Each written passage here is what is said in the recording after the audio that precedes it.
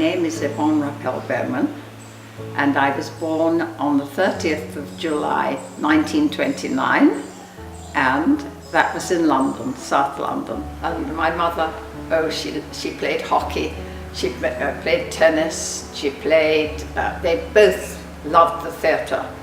Grandpa directed in the theatre and was producer of various things, and all amateur acting.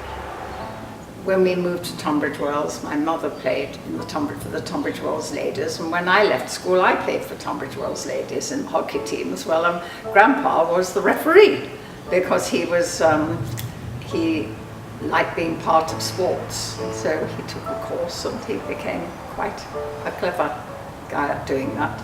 This is the 4-generation run.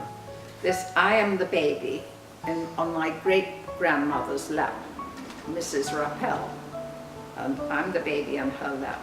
And then on the right is my mother, Winifred, and on the left is her mother, Alice, who is the little lady, and she was, as I told you, I think barely 5 foot.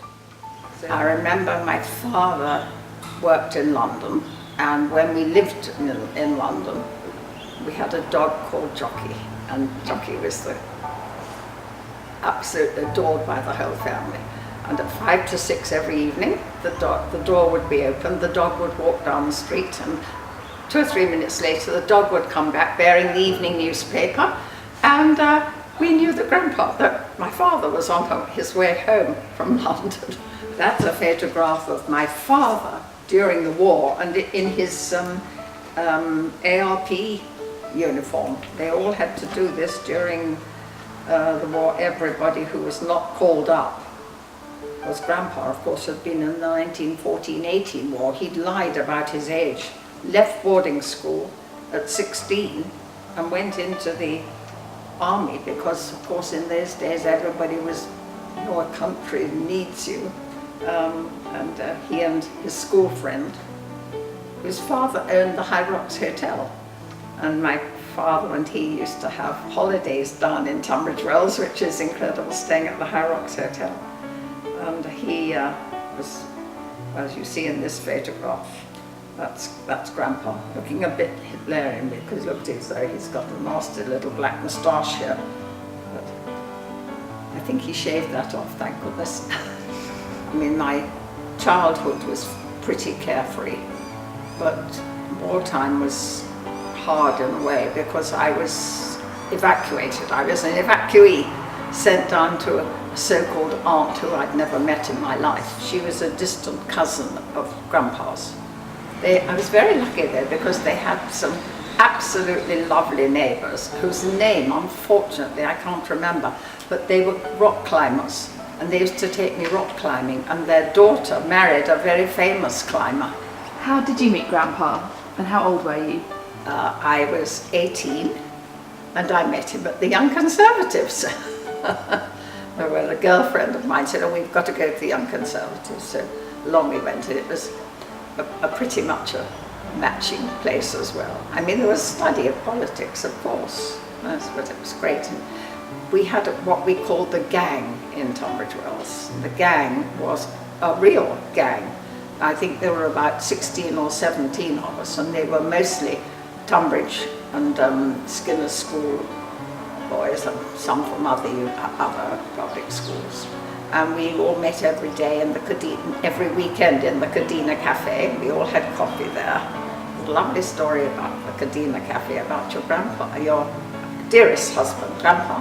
Well, we always had animals. We always had, it began with the wedding when I came home from my honeymoon, and Grandpa said to me, "Hold out your hands." So I had to hold out my hands and shut my eyes, and then when I opened, there was Jessie, our first dog, which was the most beautiful Cocker Spaniel, and she was lovely. Jessica and Tandy became our 2 dogs, and Tandy was a real sort of a rough farm dog, but she was Grandpa's dog. What advice do you have on love and marriage for couples today? Stick to it. Don't, for goodness sake, give up at the first row, the first feeling of not being happy. the first thing when it's wrong and, oh, I'm going to give up and that's hopeless, but don't. Sleep on it. Yes, have time apart, most important, have time apart.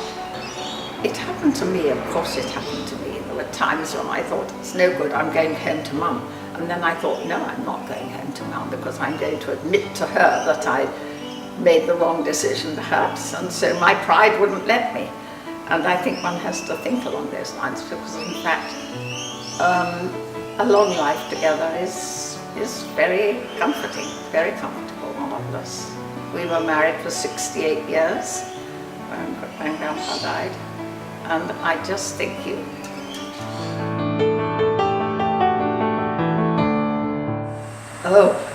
lots of challenges.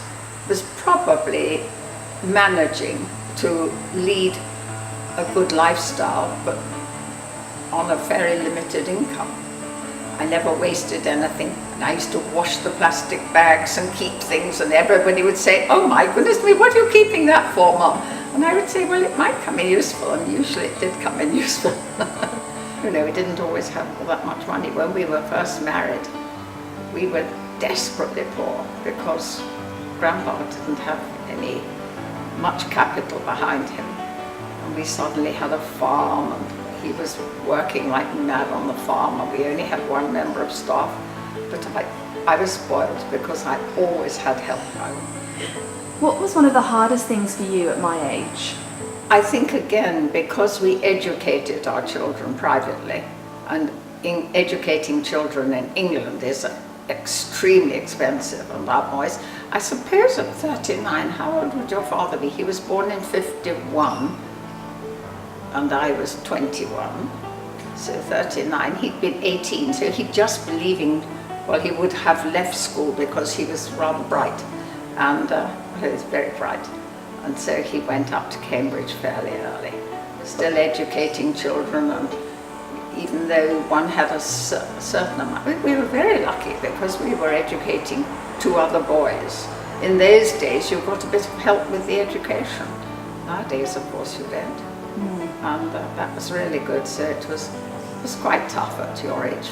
We didn't do anything that involved spending too much money. I mean, we used to go camping, and I took the children, all 3 boys. Grandpa would never go on holiday during the summer, or rarely.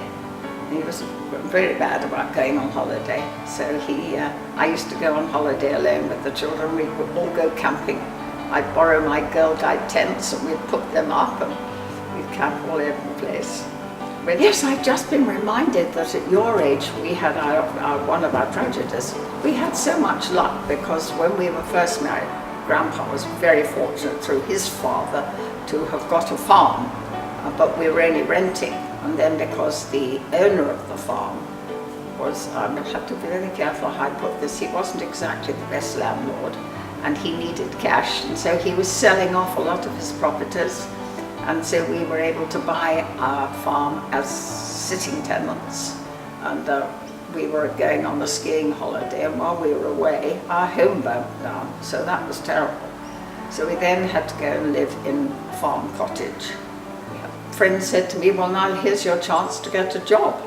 And of course, I hadn't had any job beforehand because I was studying when I met Grandpa of the Young Conservatives.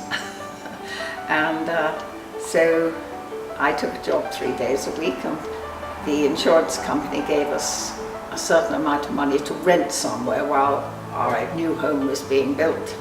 And so we rented a little flat in London, and your Uncle Robert went to a little local school there. What was I like as a child in your eyes? Oh, of course, I adored you. You were my first grandchild. Yes, lovely. And the one thing I remember, and I talk to everybody about, is when I think we were meeting up at Kosciuszko, and Grandpa was there as well. It was Uncle Ian had come home and decided he wasn't going to be a psychologist anymore, he was going to be a farmer. And he was running the farm, and and Grandpa and I came up, met you at Kosciuszko. There's a lovely picture, I think, somewhere of Dad and of your father and Grandpa. when we walked to the top of Kosciuszko, because we were there not during the snowy season. And anyhow, your mother was absolutely wonderful, because all the time she kept on talking about us, and she showed you as a child photographs of Grandma and Grandpa, me, Bruce and me. And when we met at Kosciuszko, we went separately. We drove up there, and you were already staying in the hotel. And suddenly there was a scream of "Grandma, Grandma!" And that was you running across to meet me. And you knew who I was, and that was wonderful. I remember pushing you all the way around Tumbarumba by the hour because you wouldn't sleep. I used to push you around in a pram to give your mother a break. What are some of your favourite memories in your life? One yesterday,